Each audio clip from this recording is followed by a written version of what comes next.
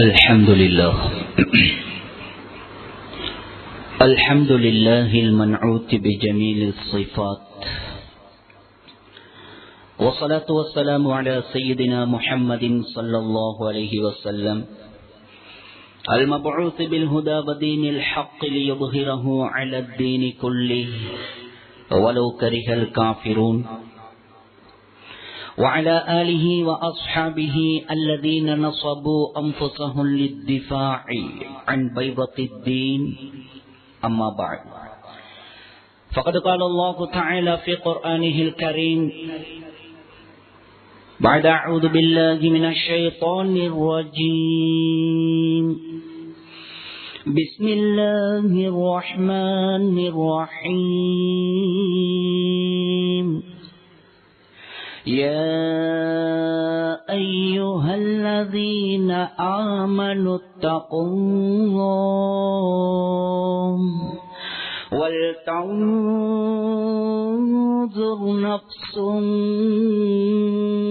ما قدمت لغد واتقوا الله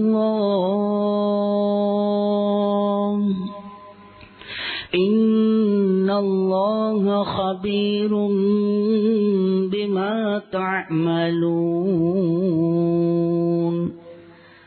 صدق الله العظيم. وقال نبينا عليه الصلاة والسلام: ليأتين على الناس زمان الرجل حيث يرى من بيت المقدس خير له من الدنيا جميعا. صحيح الترغيب. صدق رسول الله صلى الله عليه وسلم. விரிந்த விண்ணையும் பரந்த மண்ணையும் படைத்து விண்ணிலே விண்மீன்களையும் மண்ணிலே மனித ஜீவராசிகளையும் படைத்து பரிபாலித்துக் கொண்டிருக்கக்கூடிய ஏகநாயன் அல்லாஹ்வுக்கு சுப்ஹானஹு வ தஆலாவுக்கே புகழ் அனைத்தும். அல்ஹம்துலில்லாஹ். சத்தியத்தின் தூதர், சன்மார்க்கத்தின் போதகர், சாந்தி மதம் ஏந்தி வந்த சாந்தி நபி ஸல்லல்லாஹு அலைஹி வஸல்லம் அவர்கள் மீதிலும் இஸ்லாம் எனும் சாம்ராஜ்யத்தை கட்டி எழுப்புவதற்காக வேண்டி தங்களுடைய இன்னுயிர்களை எல்லாம் மயிர்களாக மதித்து கற்களாக பாவித்த உத்தம சஹாபாக்கள், தாபிஊன்கள், தபஅ தாபிஈன்கள், மேலும் கியாமத் நாள் வரும் வரைக்கும் அல்லாஹ்வுக்கு சுப்ஹானஹு வ தஆலாவின் மூலமாக இப்பூலோகுக்கு அறிமுகம் செய்யப்பட்ட அவனுடைய உன்னதமான தீனை அதன் உண்மையான வடிவில் யார் யார் எல்லாம் எடுத்து நடப்பார்களோ அப்படிப்பட்ட அத்துணை நல்லடியார்கள் மீதிலும் அல்லாஹ்வின் சாந்தியும் சமாதானமும் என்றென்றும் உண்டாவதாக.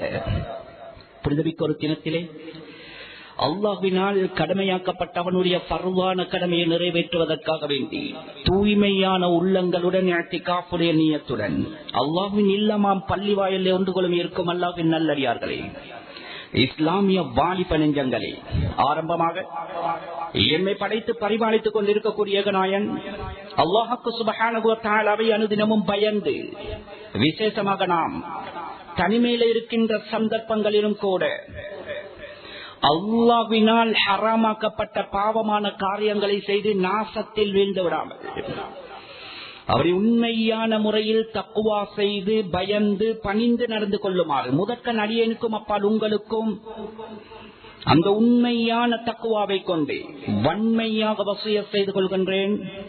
நஸீஹத் எனும் நற்கட்டளை பிறப்பிக்கின்றேன். அன்பார்ந்த மேலான பெரியோர்களே, சகோதரர்களே, இதில் அனைவர்களுக்கும் தெரியும், நாம் வாழ்ந்து கொண்டிருக்கக்கூடிய காலம் ஒரு பயங்கரமான ஒரு யுகத்தில் நாம் வாழ்ந்து கொண்டிருக்கிறோம். அநியாயங்களும் அழிச்சாட்டியங்களும் அழிவுகளும் தலைவிரித்து ஆடுகின்ற ஒரு பயங்கரமான காலம். சுருங்க சொல்வதாக இருந்தால், எந்த காலத்தை அருமை தூதர் முஹம்மது முஸ்தபா ஸல்லல்லாஹு அலைஹி வஸல்லம் அவர்களுக்கு அச்சமூட்டி எச்சரிக்கை செய்தார்களோ, எந்த காலம் இந்த உலகத்திலே படு பயங்கரமான மோசமான காலமாக இருக்கும் என்று வர்ணித்தார்களோ, எந்த காலத்தை ரசூலுல்லாஹி ஸல்லல்லாஹு அலைஹி வஸல்லம் அவர்கள் கடைசி காலம் அநியாயங்கள் தலைவிரித்து ஆடும் என்று வர்ணித்தார்களோ, அப்படிப்பட்ட ஒரு பயங்கரமான ஒரு யுகத்தில் நாம் வாழ்ந்து கொண்டிருக்கிறோம். கண்ணியத்துக்குரிய மேலான பெரியோர்களே, சகோதரர்களே, அதிலும் விசேஷமாக இஸ்லாமிய சமூகம் இரண்டு காரணத்தினால் குர்ஆன் ஹதீஸுடைய வெளிச்சத்தில் உலமாக்கள் எழுதுகிறார்கள், இஸ்லாமிய சமூகம் கியாமத்து வரைக்கும் இரண்டு காரணங்களால் இந்த பூமிக்கு மேலால் சோதிக்கப்படுவார்கள். இரண்டு காரணத்தினால் சோதிக்கப்படுவார்கள். முதலாவது காரணம், முஸ்லிமாக பிறந்து விட்டாலே சோதனை. ஏனென்றால் இது தாருல் பலா, சோதனையான உலகம். இது சோதனையான உலகம். அல்லாஹ் என்று சொல்லிவிட்டாலே இந்த பூமிக்கு மேலால் சோதனை. அது யாராக இருக்கட்டும், 1,24,000 நபிமார்கள் கூட விதிவிலக்கு கிடையாது. ஹஜ்ரத் நூஹ் 950 வருடம் எதற்காக கல்லறிபட்டார்கள்? ஆட்சிக்கல்ல, அதிகாரத்துக்கல்ல, உரிமைக்கல்ல, அல்லாஹ் என்று சொன்ன ஒரு காரணத்தினால் ஹஜ்ரத் நூஹ் 950 வருடங்களாக கல்லறிபட்டார்கள். எங்களுடைய உயிரையும் விட மேலான முஹம்மதே முஸ்தபா ஸல்லல்லாஹு அலைஹி வஸல்லம் இரண்டு கட்டங்களில் இந்த பூமிக்கு மேலால் இரத்தம் சிந்தினார்கள்.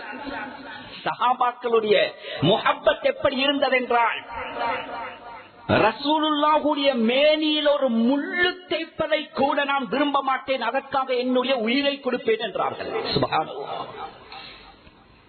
அவ்வளவு முபாரக்கான நபி ஹபீப் ஸல்லல்லாஹு அலைஹி வஸல்லம் முதலாவது சொர்க்கம் சொல்லும் வரைக்கும் மற்ற ஒட்டுமொத்தமான நபிமார்களுக்கும் சுவர்க்கம் செல்வது ஹராம். அந்த ரசூல் இந்த பூமிக்கு மேலால் 2 கட்டங்களில் ரத்தம் சிந்தினார்கள். அந்த 2 கட்டத்தையும் தெளிவாக பேசினால் சில நேரம் இதயம் தாங்காது. தாய்ப்புடைய பயணம் 9 கிலோமீட்டர் துரத்தி துரத்தி துரத்தி கல்லால் அடிக்கப்பட்டார்கள். ரசூலுல்லாஹுடைய முழு உடம்பும் கல்லடி பட்டு தகர்ந்தது. மேலிலிருந்து ரத்தம் ஓடியது. அணிந்திருந்த செருப்போட ஒட்டுகின்ற அளவுக்கு ரசூலுல்லாஹ் கல்லடிபட்டார்கள். எதற்காகவும் அல்ல, ஆட்சி அதிகாரத்துக்கல்ல, சொத்து செல்வங்களுக்கல்ல, பட்டம் பதவிக்கல்ல, அல்லாஹ் என்று சொன்ன ஒரு காரணம். உஹதுடைய யுத்தம் 3 கற்கள் ரசூலுல்லாஹ்வுக்கு பட்டது. சுராக்கத் இப்னு மாலிக் இப்னு ஜுர்ஷும் என்று சொல்லக்கூடிய ஒரு அநியாயக்காரன் உயரத்தில் இருந்து ஒரு கல்லை எறிந்தான். ரசூலுல்லாஹ்வுடைய வலது பகுதி கீழ் நாடி இந்த உதட்டில் பட்டது. உதடு 2ஆக பிளந்தது. ரசூலுல்லாஹ்வுடைய பல்லு கலந்து தெரித்தது. கல்லடிபட்டார்கள். 2வது அப்துல்லா இப்னு கமீஆ என்று சொல்லக்கூடிய ஒருத்தன் இடது கன்னத்துக்கு ஒரு கல்லெறிந்தான். ரசூலுல்லாஹ்வுடைய கன்னம் பிளந்தது. முழு தாடியும் இரத்தத்தால் நனைந்தது. 3வது ஒருத்தன் ரசூலுல்லாஹ்வுக்கு கல்லெறிந்தான். ரசூலுல்லாஹ்வுடைய நெற்றியில் பட்டது. வரலாற்று ஆசிரியர்கள் எழுதுகிறார்கள், இரும்பு கவசம் அணிந்திருந்தார்கள் ரசூலுல்லாஹ். அவன் அடித்த அடியுடைய பவர், அந்த இரும்பு கவசம் 2ஆக பிளந்தது. அந்த கவசத்திலே இருக்கின்ற 2 கம்பி துண்டு ரசூலுல்லாஹ்வுடைய மண்டையோட்டுக்குள்ளே விழுந்தது, இறங்கியது. சுருண்டு மயக்கத்திலே கீழே விழுந்தார்கள். சிந்தினார்கள் ரத்தம். ரசூலுல்லாஹி ஸல்லல்லாஹு அலைஹி வஸல்லம் ஆட்சி அதிகாரத்துக்கல்ல, சொத்து செல்வங்களுக்காக அல்ல, முஸ்லீமாக பிறந்தார்கள் என்ற ஒரு காரணத்தினால் அல்லாஹ்வுடைய ஹபீப் கூட இந்த பூமிக்கு மேலால் ரத்தம் சிந்தினார்கள் என்றால் அல்லாஹ்வை ஈமான் கொண்ட நாம் எம்மாத்திரம். எனவே கண்ணியமானவர்களே, சில விடயங்களுடைய யதார்த்தத்தை சரியாக புரிந்து கொண்டால் இந்த உலகத்தில் வாழ்வது இலகுவாகிவிடும். சோதனை என்பது புதிதல்ல. முஸ்லிம்களை பொறுத்த வரைக்கும் கடைசி வரைக்கும் இந்த பூமிக்கு மேலால் தெஜ்ஜால் வெளியாகும் வரைக்கும் சோதனை. எங்களுக்கு ஒரு வாழ்க்கை இருக்கிறது, சுவர்க்கத்துடைய வாழ்க்கை. அதற்காக வந்தவர்கள் நாம். எனவே கண்ணியமானவர்களே, சொல்ல வருகின்ற விடயம், முதலாவது இஸ்லாமியர்கள் 2 காரணத்தினால் சோதிக்கப்படுவார்கள். ஒன்று, முஸ்லீமாக பிறந்தால் சோதனை. 2வது காரணம், நாம் செய்யக்கூடிய பாவத்தின் காரணமாக சோதிக்கப்படுவோம். பாவம். பாவத்துடைய அசராத் பயங்கரமானது. முதலாவது காரணம், முஸ்லிமாக பிறந்தால் சோதிப்பதற்கு அல்லாஹ் 2 சாராரை இந்த பூமிக்கு மேலால் படைத்திருக்கிறான் கியாமத்து வரைக்கும். குர்ஆன் பேசுது 2 சாரார். ஒன்று அஹ்லுல் கிதாப், வேதம் கொடுக்கப்பட்ட யஹூதி நசாராக்கள், பயங்கரமானவர்கள். குர்ஆன் பேசு வலதஸ்மஉன்ன மினல் லதீன ஊத்துல் கிதாப மின் கப்லிக்கும் வ மினல் லதீன அஷ்ரகு. வேதம் கொடுக்கப்பட்ட யஹூதி நசாராக்கள் உங்களுக்கு சோதனையாக இருப்பார்கள். வ மினல் லதீன அஷ்ரகு, இரண்டாவது அல்லாஹ் சொல்கிறான், உங்களோட சேர்ந்து ஏக காலத்தில் வாழ்ந்து கொண்டிருக்கக்கூடிய இணை வைப்பாளர்கள் உங்களுக்கு சோதனையாக இருப்பார்கள்.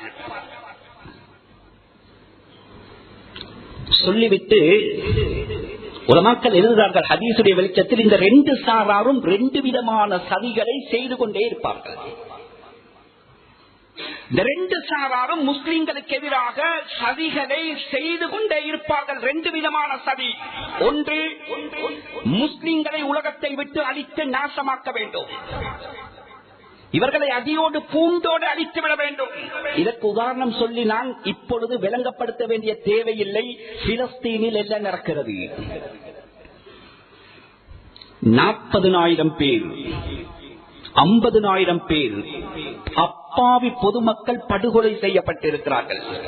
அதில் 20,000 பேருக்கு மேல பச்சிளங்குழந்தைகள். சுப்ஹானல்லாஹ், என்ன அநியாயம் செய்தார்கள்!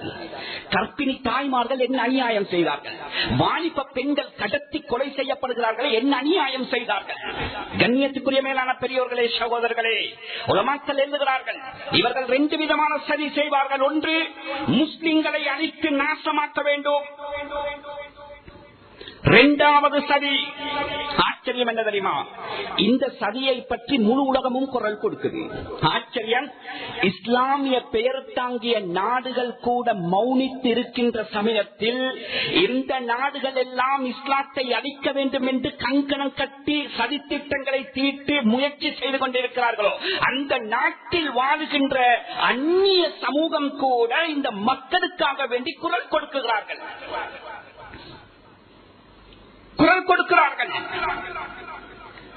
கண்ணியத்துக்குரிய மேலான பெரியவர்களே, சகோதரர்களே, இந்த சதி முழு உலகமும் பேசுகிறது. நாம் கண்கூடாக பார்த்துக் கொண்டிருக்கிறோம். நாளுக்கு நாள் நூற்றுக்கணக்கான சுஹதாக்கள் அந்த புனிதமான பரக்கத் பொருந்திய மண்ணில் அல்லாஹுக்காக வேண்டி, பைத்துல் முகத்தஸுக்காக வேண்டி, ரசூலுல்லாஹ் விடுத்த ஒரு வார்த்தைக்காக வேண்டி உயிரை கூட மயிராக மதித்து இந்த உயிரை கொடுத்துக் கொண்டிருக்கிறார்கள். இரண்டாவது முயற்சி, கண்ணியமானவர்களே, இந்த முதலாவது சதி இருக்கிறது, முஸ்லிமை பொறுத்தவரைக்கும் இது சோதனை. உண்மையை புரிய வேண்டும். ஆட்சி இருக்கும் வரைக்கும் ஆட்சியோடு விளையாடுவார்கள், அதிகாரம் இருக்கும் வரைக்கும் அதிகாரத்தோடு விளையாடுவார்கள், உரிமைகள் இருக்கும் வரைக்கும் உரிமைகளை பறிப்பார்கள், சொத்து செல்வங்கள் இருக்கும் வரைக்கும் சொத்து செல்வங்களை தீக்கிரையாக்குவார்கள். முதலாவது சோதனையுடைய தீர்ச்சி, உடம்பில் ரூஹ் இருக்கும் வரைக்கும் ரூஹோடு விளையாடுவார்கள். அதனோடு உலகத்தில் இந்த சோதனைக்கு முற்றுப்புள்ளி வந்துவிடும். இரண்டாவது சோதனை, இவர்களுடைய இரண்டாவது சதி பயங்கரமானது, யாரும் பேசாத சதி. குர்ஆன் சொல்லுது, இவர்களுடைய இரண்டாவது சதி திட்டம், இந்த பூமியிலிருந்து மண்ணறைக்கு செல்லுகின்ற யாராக இருக்கட்டும் முஸ்லீமாக மௌத்தாக கூடாது, முர்த்தத்துகளாக மாற வேண்டும். நவீன கண்டுபிடிப்பில் எதுவாக இருக்கட்டும், எதுவாக இருக்கட்டுமே, அனைத்தையுமே முஸ்லிம்களுடைய கல்புக்குள்ளே இருக்கின்ற ஈமானை பறிப்பதற்கு கண்ணியமானவர்களே, சில படைப்புகள் இருக்கின்றது உலகத்தில், சில கருவிகள் நலவுகள் இருந்தாலும் கெடுதிகள் அதிகம். வீட்டுக்குள்ளே ஒரு காலம் இருந்தது பாவம் செய்வதற்கு, வீட்டை விட்டு வெளியேற வேண்டும், ஊரை விட்டு வெளியேற வேண்டும், ஊர் மக்களுடைய கண்ணுக்கு படக்கூடாது, யாருக்கும் தெரியாமல் ஒளிந்து ஒளிந்து மறைந்து செய்கின்ற ஒரு காலம் இருந்தது. இன்றைய காலம் அப்படி அல்ல. சொந்த வீட்டுக்குள்ளே சொந்த குடும்பங்கள் இருக்கின்ற நேரத்தில் தனி அறைக்குள்ளே தனியாக இருந்து கொண்டு என்னை கேட்க பார்க்க யாரும் கிடையாது. நினைத்ததை பார்க்கலாம், நினைத்ததை கேட்கலாம், நினைத்தவர்களுடன் தொடர்பு வைக்கலாம், திருமணம் முடித்தவர்கள் உட்பட. என்ன நடக்கிறது? யாருக்கும் தெரியாது என்று செய்கிறார்கள். ஆனா படைத்தவன் பார்த்து கொண்டிருக்கிறான் என்ற சிந்தனையை பறித்தது எது? அல்லாஹ் பார்த்து கொண்டிருக்கிறானே என்ற பயத்தை தடுத்தது எது? அதை வைத்து அல்லாஹ்வை மறந்து இந்த அநியாயத்தை செய்கிறார்கள் என்றால் இவர்களுடைய திட்டம் என்ன? கல்புக்குள்ளே இருக்கின்ற ஈமானை பறிக்க வேண்டும். லா யஸாலூன யுகாத்திலூனகும் ஹத்தா யருத்தூகும் அன் தீனிகும் இன் இஸ்தஃபாஉ. குர்ஆன்ல சொல்றான் அல்லாஹ். இந்த சரிய பேசுகிறான் அல்லாஹ். நபியே நாயகமே, உங்களோட மாத்திரமல்ல, கியாமத்து வரைக்கும் இவர்கள் போர் தொடுத்துக் கொண்டே இருப்பார்கள். யகூதி நசாராக்கள் உங்களுக்கு எதிராக சதித்திட்டங்களை தீட்டிக் கொண்டே இருப்பார்கள். எதுவரைக்கும் தெரியுமா? ஹத்தா யருத்தூகும் அன் தீனிகும். ஒட்டுமொத்தமான முஸ்லிம்களும் முர்த்தத்துகளாக மாறும் வரைக்கும் இவர்களுடைய சதி ஓயாது என்று அல்லாஹ் சொல்கிறான். வலன் தர்வா அன்கல் யஹூது வலன் நஸாரா ஹத்தா தத்தபிஅ மில்லத்தஹும். குர்ஆன் அல்லாஹ் நபியை பார்த்து சொல்கிறான், நபியே நாயகமே, உங்களுடைய சஹாபாக்களை ஒரு பக்கம் வையுங்கள், உங்களை ஈமான் கொண்ட முஃமின்களை ஒரு பக்கம் வையுங்கள். இவர்களுடைய சதியுடைய தீர்ச்சை என்ன தெரியுமா? நீங்கள் கூட ஒரு யகூதி நசராணியாக மாறும் வரைக்கும் இவர்களுடைய முயற்சி ஓயாது என்று அல்லாஹ் சொல்கிறான். சுப்ஹான். எம்மாத்திரம் கண்ணியத்துக்குரிய மேலான பெரியோர்களே, சகோதரர்களே, ஆனால் இரத்த கண்ணீர் வடிக்க வேண்டிய விடயம் என்ன தெரியுமா? எந்த சோதனையை பற்றி பேசுகிறோமோ, எந்த சோதனையை உலகம் அலட்டிக் கொள்கிறதோ, எந்த சோதனையை பெரிதாக பார்க்கிறதோ, அந்த சோதனை உடம்பிலிருந்து ரூ கலட்டப்படுவதோடு அதற்கு முற்றுப்புள்ளி வந்துவிடும். இரண்டாவது சூழ்ச்சியில், சதியில் யாராவது சிக்கினால் பறிக்கப்பட போவது உலகம் அல்ல, பறிக்கப்பட போவது ஆட்சி அதிகாரம் அல்ல, பறிக்கப்பட போவது உயிர் மட்டுமல்ல. இரண்டாவது சதியில் சிக்கினால் பறிக்கப்பட போவது எங்களுக்கு தயார் செய்து வைத்திருக்கக்கூடிய சுவர்க்கம். ஆகிரம் பறிக்கப்பட போகுது. வெற்றி கண்டு கொண்டிருக்கிறார்கள். எத்தனையோ ஆயிரக்கணக்கான இஸ்லாமியர்கள் இஸ்லாத்தை விட்டு மதம் மாறிக்கொண்டிருக்கிறார்கள். அற்ப காரணங்களுக்காக. கண்ணியமானவர்களே, இந்த சதி பயங்கரமானது.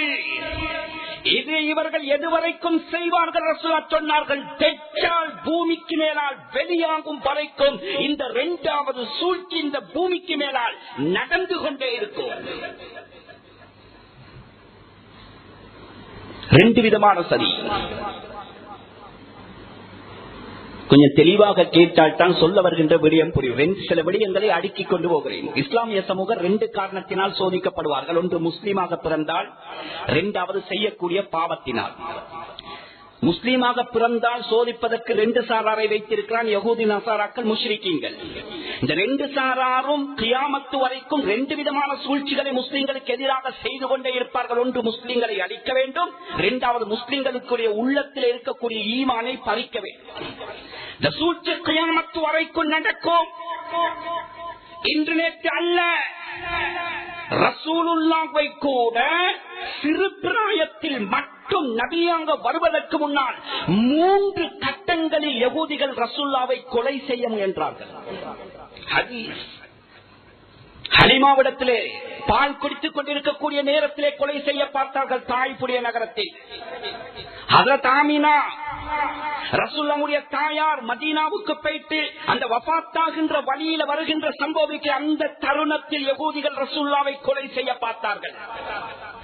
ரசூலுல்லாஹ் ஷாமுக்கு அபூ தாலிபோடு வியாபார நிமித்தம் சென்று வருகின்ற நேரத்தில் யகூதிகள் கொலை செய்ய முயன்றார்கள் ரசூலுல்லாஹ்வை. சுப்ஹானல்லாஹ். 3 கட்டங்களில் சிறு பிராயத்திலே ரசூலுல்லாஹி ஸல்லல்லாஹு அலைஹி வஸல்லம் அவர்களை கொலை செய்ய அயோக்கியர்கள் முயன்றவர்கள் யகூதிகள். கைபருடைய யுத்தம் எங்கள் எல்லாருக்கும் தெரியும். ரசூலுல்லாஹ் வஃபாத்தாகுவதற்கு 3 வருடங்களுக்கு முன்னால் ஸைனப் பின் ஹாரிஸ் என்று நினைக்கிறேன், யகூதி பெண் ரசூலுல்லாஹ்வுக்கு ஒரு விருந்தோம்பல் செய்தாள். சரித்திரம் எல்லோருக்கும் தெரியும். அவள் ஆராய்ச்சி செய்தார். ரசூலுல்லாஹ்வுக்கு எது விருப்பம்? ஆட்டுடைய முன்னங்கால் விருப்பம். இவர்களுடைய சதியில ஒன்றுதான், முஸ்லிம்களுக்கு எது விருப்பமோ அதை வைத்தே சதி செய்வார்கள். சமைத்தால் ரசூலுல்லாஹி ஸல்லல்லாஹு அலைஹி வஸல்லம் அவர்களுக்கு விருப்பமான ஆட்டுடைய முன்னங்கால் நஞ்சூட்டப்பட்டது. வரவழைக்கப்படுகிறார்கள், வரிசையாக உட்கார்கிறார்கள்.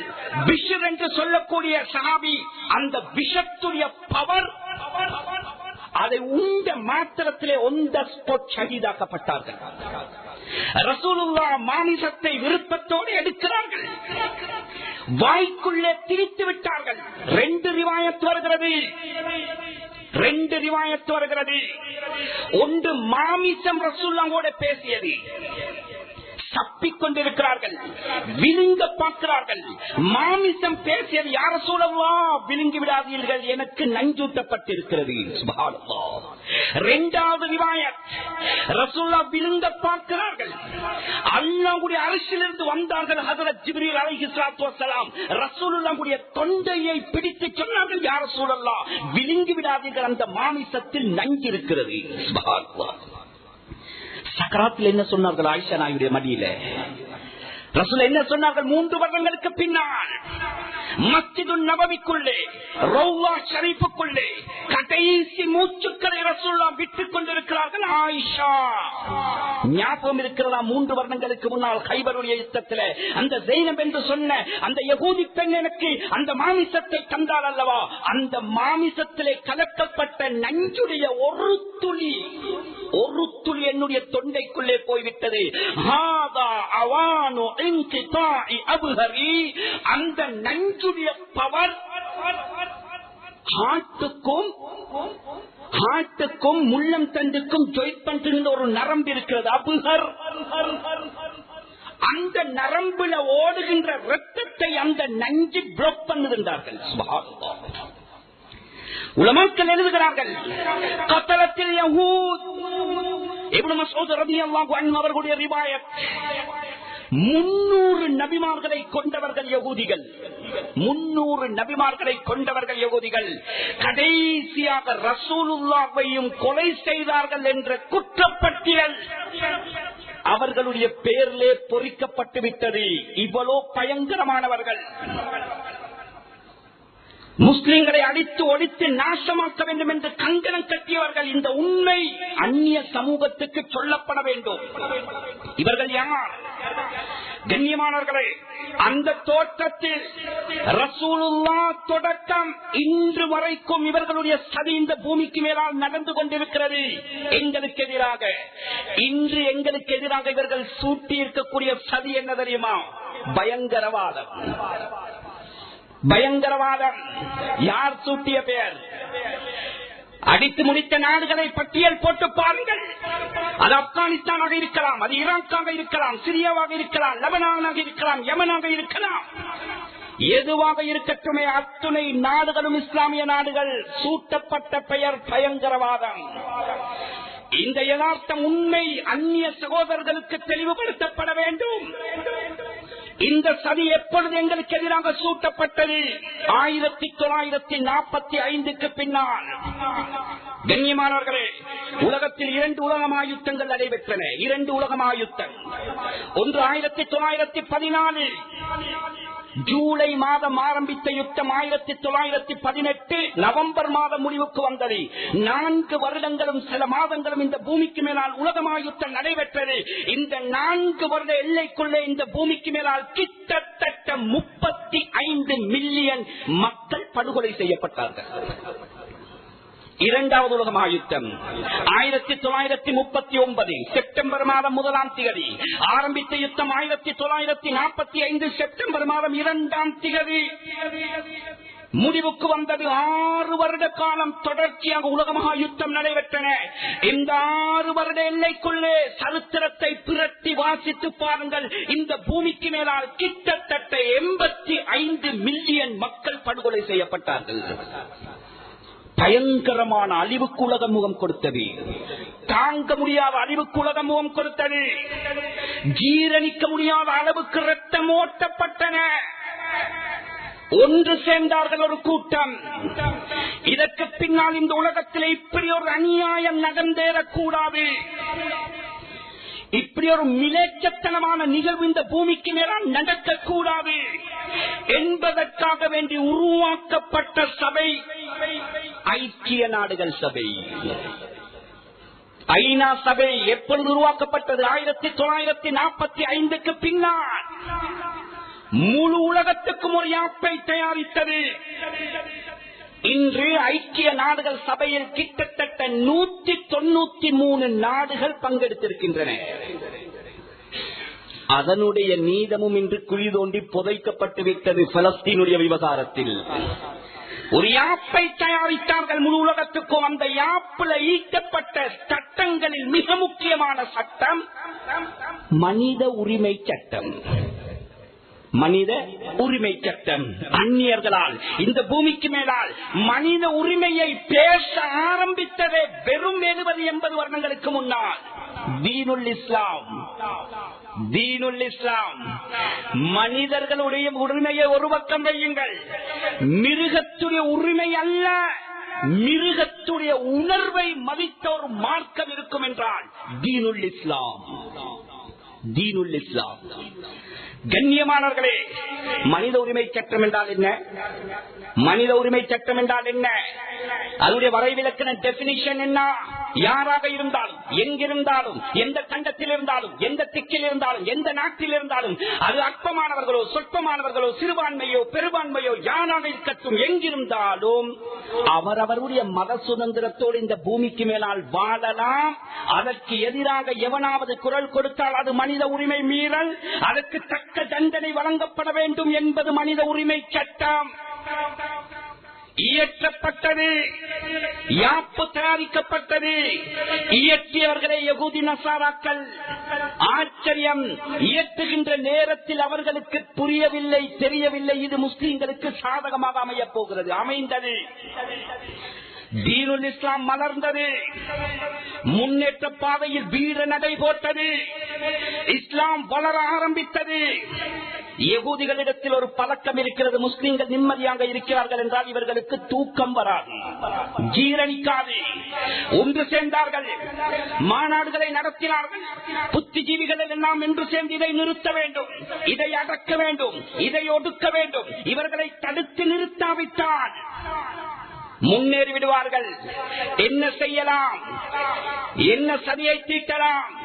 1946, 1948 இந்த 2 வருட எல்லைக்குள்ளே பல மாநாடுகள் ஏற்பாடு செய்து புத்திஜீவிகள் ஒன்று சேர்ந்து எடுத்த முடிவுதான் இவர்களுக்கு பயங்கரவாதம் என்றொரு பெயரை சூட்டுவோம், அடிக்க ஆரம்பிப்போம், முழு உலகமும் எதிர்த்து கேட்காது. சுப்ஹானல்லாஹ். அன்று தீட்டப்பட்டது எங்களுக்கு எதிரான இந்த பயங்கரவாதம் என்ற சதி. இந்த உண்மை சொல்லப்பட வேண்டும். இந்த உண்மை முஸ்லிம்களுக்கு மட்டுமல்ல, எங்களுக்கே தெரியாது நிறைய பேருக்கு, அந்நியவர்களுக்கு சொல்லப்பட வேண்டும். இதனுடைய யதார்த்தத்தை சொல்லப்பட வேண்டும். இந்த பெயர் எப்படி எங்களுக்கு சூட்டப்பட்டது, இதுதான் பின்னணி. அடிக்க ஆரம்பித்தார்கள். இன்று வரைக்கும் 20,000 பச்சிளம் குழந்தைகளை கொலை செய்துவிட்டு பயங்கரவாதி என்று சொல்கிறான். ஆச்சரியம், ஆச்சரியம். கண்ணியத்துக்குரிய மேலான பெரியோர்களே, சகோதரர்களே, அந்த சதி வந்து கொண்டிருக்கிறது. இன்று வரைக்கும் இதுதான் சதி. இவர்கள் சாதாரணமானவர்கள் அல்ல, எதையும் செய்வார்கள். இவர்களை பற்றி இஸ்லாம் சொன்னதை ஒரு பக்கம் வைத்துவிட்டு இவர்களை பற்றி ஒரு அந்நியன் சொன்ன ஒரு சரித்திரத்தை சொல்கிறேன். அமெரிக்காவுடைய முதலாவது பிரசிடென்ட்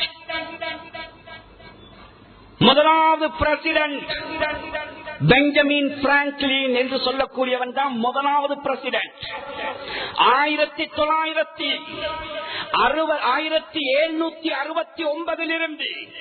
1779 வரைக்கும் அமெரிக்காவை ஆட்சி செய்த முதலாவது பிரசிடென்ட் ஜனாதிபதி பெஞ்சமின் பிராங்க்லின் என்று சொல்லக்கூடியவன். இவனுடைய ஆட்சி கவிழ்த்தப்பட்டதற்கு பின்னால் சரித்திரத்திலே மிக முக்கியமான குறிப்பாக இவனுடைய உரை பதிவு செய்யப்பட்டிருக்கிறது. இவன் ஒரு மாநாடு ஏற்பாடு செய்தான். செய்து அவன் சொன்ன வார்த்தை தனியாக பேசியது இந்த யெகூதியர் பனு இஸ்ரவேலர்களை பற்றித்தான். அவன் சொன்ன வார்த்தை இவர்கள் எப்படிப்பட்டவர்கள் என்று தெரியுமா? 3 விடயங்களை சொன்ன. அபாலிசத்துல் ஜஹீம், நரகத்து பேய்கள். அவனுடைய வார்த்தையில் அவன் சொன்னதற்கு அர்த்தம் சொல்கிறேன். இவர்கள் நரகத்து பேய்கள். இவர்கள் இரவுடைய வௌவால்கள் மாதிரி தூங்க மாட்டார்கள். முஸ்லிம்களை சமூகத்தை அழிக்கும் வரைக்கும் யாராவது முன்னேறி செல்வதாக இருந்தால் அது முஸ்லிம்கள் மாத்திரமல்ல, எந்த மதமாக இருக்கட்டும், இவர்களை தாண்டி முன்னேறுகிறார்கள் என்றால் வௌவால் போன்று முழித்திருப்பார்கள், தூங்க மாட்டார்கள், அழிக்கும் வரைக்கும். அந்நியன் சொன்னது அவர்களை பற்றி. நான் 3வது சொன்னான், மக்களுடைய இரத்தத்தை உறிஞ்சி குடிப்பவர்கள். சுப்ஹானல்லாஹ். இன்று பார்க்கும் போது இந்த வார்த்தையுடைய தத்ரூபம் கண்ணுக்கு முன்னால் தெரிகிறது. 20,000 குழந்தைகளுடைய ரத்தம் ஓட்டப்படுகிறது. முழு உலகமும் தவிக்கிறது. ஆனால் இவன் சந்தோஷமாக அதை கொண்டாடுகிறான் என்றால் ரத்தத்தை உறிஞ்சி குடிக்கும் அயோக்கியர்கள்.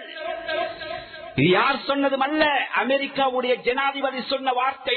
சொல்லிவிட்டு முழு உலக வாழ் மக்களுக்கும் அந்த மாநாட்டில் ஒரு புத்திமதி சொன்னான். முழு உலகத்துக்கும் சொல்கிறேன், விசேஷமாக அமெரிக்காவுக்கு சொல்கிறேன், இந்த இஸ்ரவேலர்களை, யகூதிகளை நீங்கள் நாட்டை விட்டு வெளியேற்றவில்லை என்றால், இவர்களை அழித்து நாசமாக்கவில்லை என்றால் 100 வருடம் டைம் தருகிறேன். இந்த 100 வருடத்துக்குள்ளே இவர்கள் முழு உலகத்துடைய ஆதிக்கத்தையும் தன்னுடைய கைக்கு கீழால் கொண்டு வருவான் என்று சொன்னார். இன்று கண்கூடாக பார்க்கிறோம், அரபு நாடுகள் கூட வாய் திறக்க முடியாத நிலைமைக்கு தள்ளப்பட்டது. இவர்களுக்கு கீழால் இயங்குகிறார்கள். இது உண்மை. இது அவன் சொன்னது. கண்ணியத்துக்குரிய மேலான பெரியோர்களே, சகோதரர்களே, பலஸ்தீனில் கை வைத்ததற்குரிய காரணம் என்ன? இது இவர்களுடைய வெறுமனே அந்த இடத்தை பிடிக்கணும் என்ற நோக்கம் அல்ல, வைராக்கியம். ரசூலுல்லாவுக்கு அல்லாஹ் கொடுத்த பாக்கியத்தை கலட்ட வேண்டும் என்ற கங்கணம். பைத்துல் முகத்தஸ் மண் சாதாரணமான மண்ணா. ஊழல் கிபிலத்தை முதலாவது கிபிலா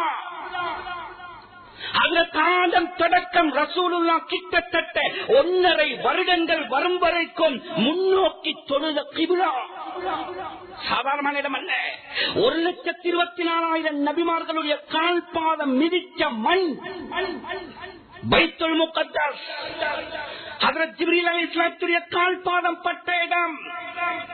புராக் என்று சொல்லக்கூடிய வாகனத்துடைய கால்பாதம் மிதிச்ச மண் பைத்துல் முகத்தஸ். இப்னு மாஜாவுடைய ரிவாயத் சொன்னாங்க, ரசூலுல்லாஹி ஸல்லல்லாஹு அலைஹி வஸல்லம் எந்த நோக்கமும் இல்லாமல் உலகத்தில் எந்த முக்கில் இருந்தாவது சரி, அந்த பைத்துல் முகத்தஸில் 2 ரக்காத் சுன்னத் தொழ வேண்டும் என்ற நியத்தோடு யார் அந்த மண்ணை நாடி பைத்துல் முகத்தஸில் 2 ரக்காத் தொழுவார்களோ, அல்லாஹ் அவரை அன்று பிறந்த பாலகனை போன்று அல்லாஹ் மாற்றுகிறான் என்றார்கள். ஆச்சரியமான மண், ஆச்சரியமான மண். ஏன் இதில் கை வைத்தார்கள்? ஏன் இதை இலக்கு வைத்தார்கள்? கிடைத்ததனால் கை வைக்கல்ல. மிஅராஜுடைய பயணம், மிஅராஜுடைய பயணம் எங்கள் எல்லோருக்கும் தெரியும். ரசூலுல்லாஹ் மேற்கொண்ட பயணம் விசித்திரமான பயணம். கியாமத்து வரைக்கும் ஈமான் என்ற ஒன்றான மாத்திரம் தான் நம்ப முடியுமான பயணம். சென்றார்கள் ரசூலுல்லாஹ் மிஅராஜ். இஸ்ரா மிஅராஜ், மஸ்ஜிதுல் ஹராமிலிருந்து பைத்துல் முகத்தஸ் சென்ற பயணம் இஸ்ரா.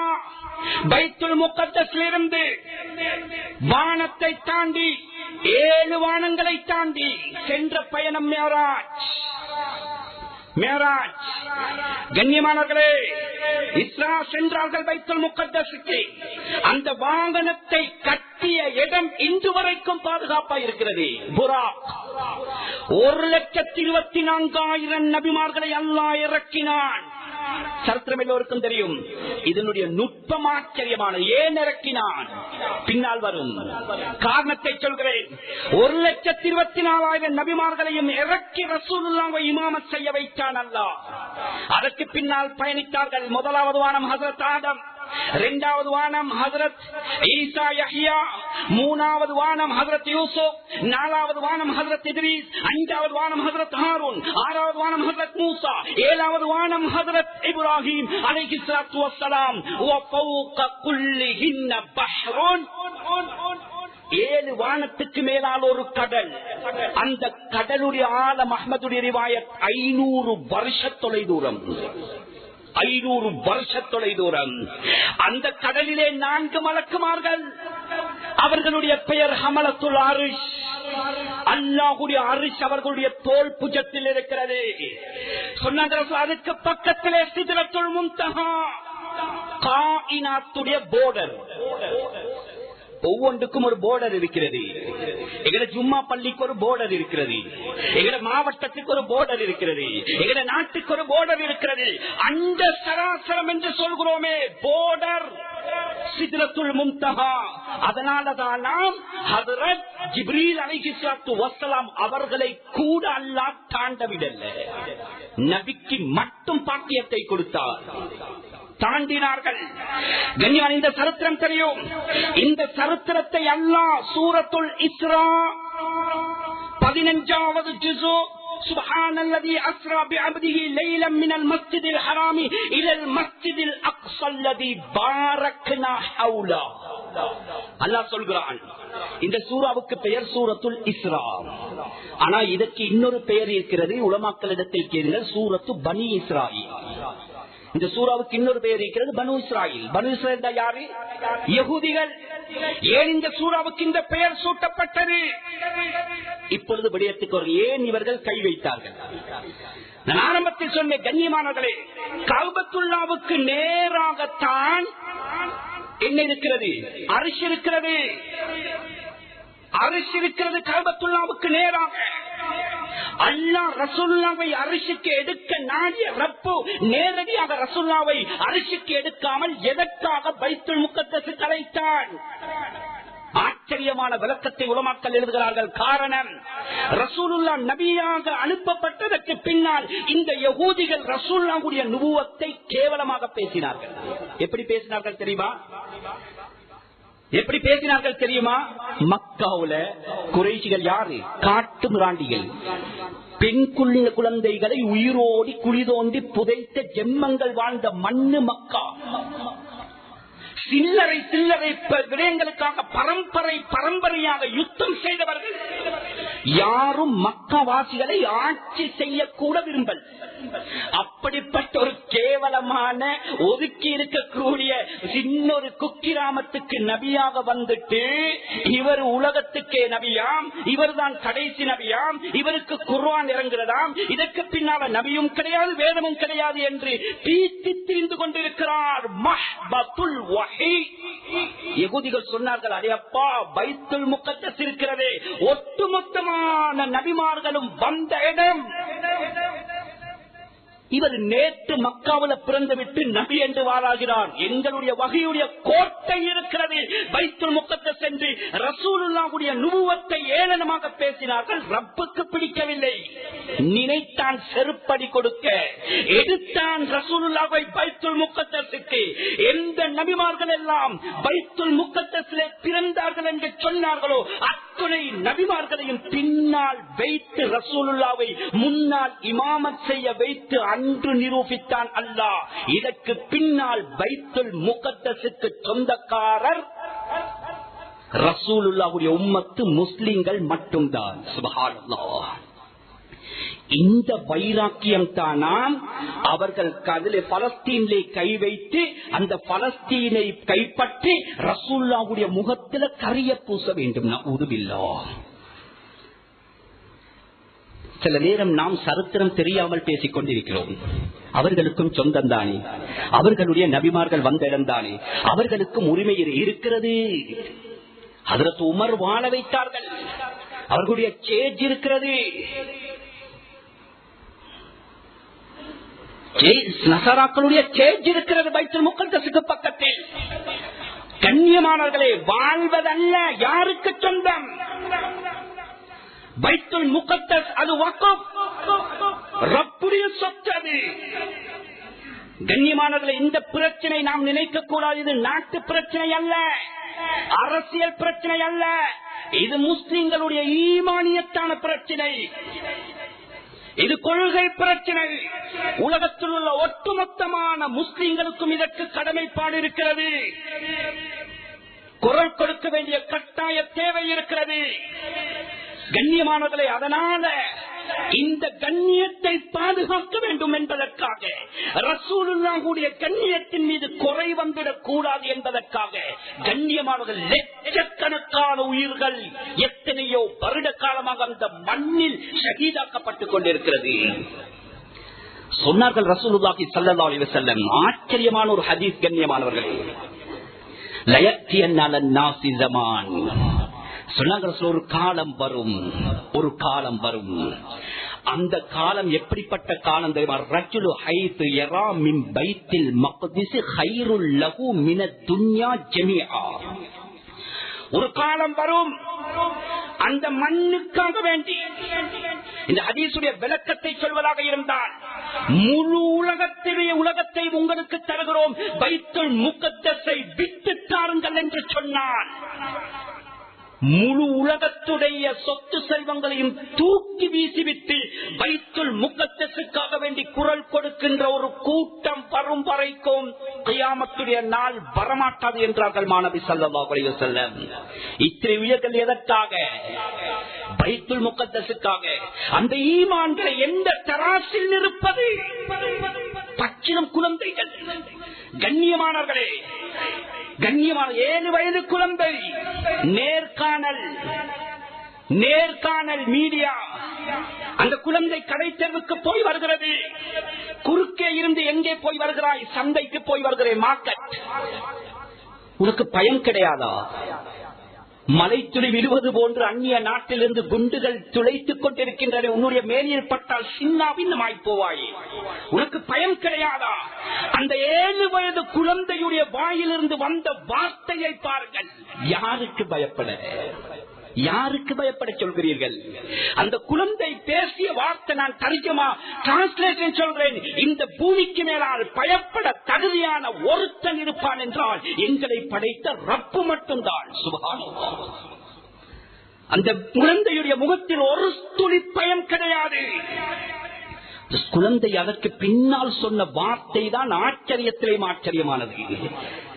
பெரியவரே, அந்த கழுதைக்கு போய் சொல்லுங்கள். யாருக்கு? இஸ்ரவேலுடைய பிரைம் மினிஸ்டர். அந்த கழுதைக்கு போய் சொல்லுங்கள் நான் சொன்னதாக. இந்த அல்லாஹ் தந்த பாக்கியத்திலிருந்து நீ எங்களுடைய தலைக்கு மேலால் உங்களுடைய ஆயுத விமானங்களை அனுப்பி அழிக்கலாம். அந்த அயோக்கியனிடத்தில் ஒரு உண்மையை சொல். உங்களுடைய விமானங்களுக்கு மேலால் எங்களுடைய ரப்பு இருக்கிறான். சுப்ஹானல்லாஹ். எந்த தராசில் இந்த ஈமானை நிற்பது? எந்த தராசில் நிற்பது?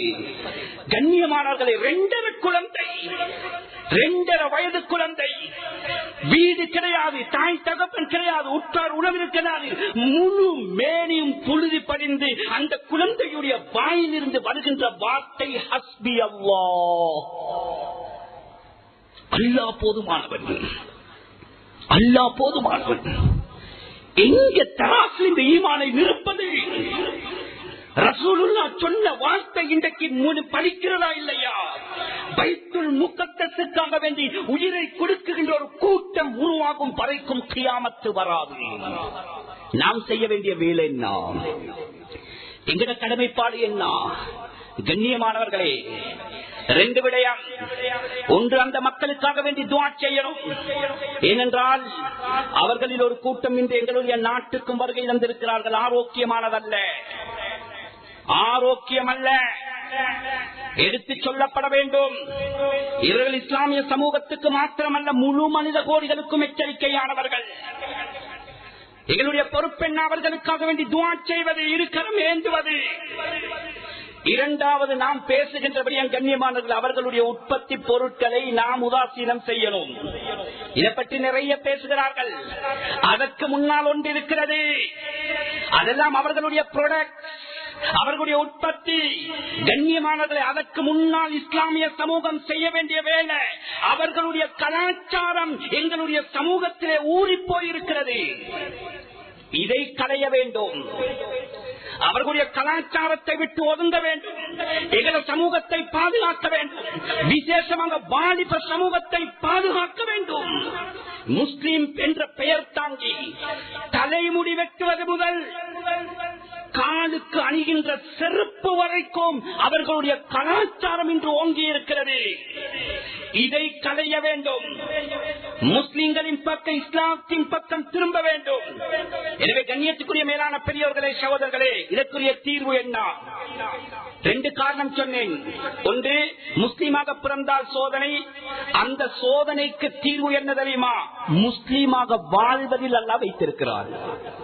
முஸ்லீமாக வாழ்வதில் வைத்திருக்கிறார். இஸ்லாத்தை கடைபிடித்தால் அல்லாஹ் வெற்றியை தருவார்.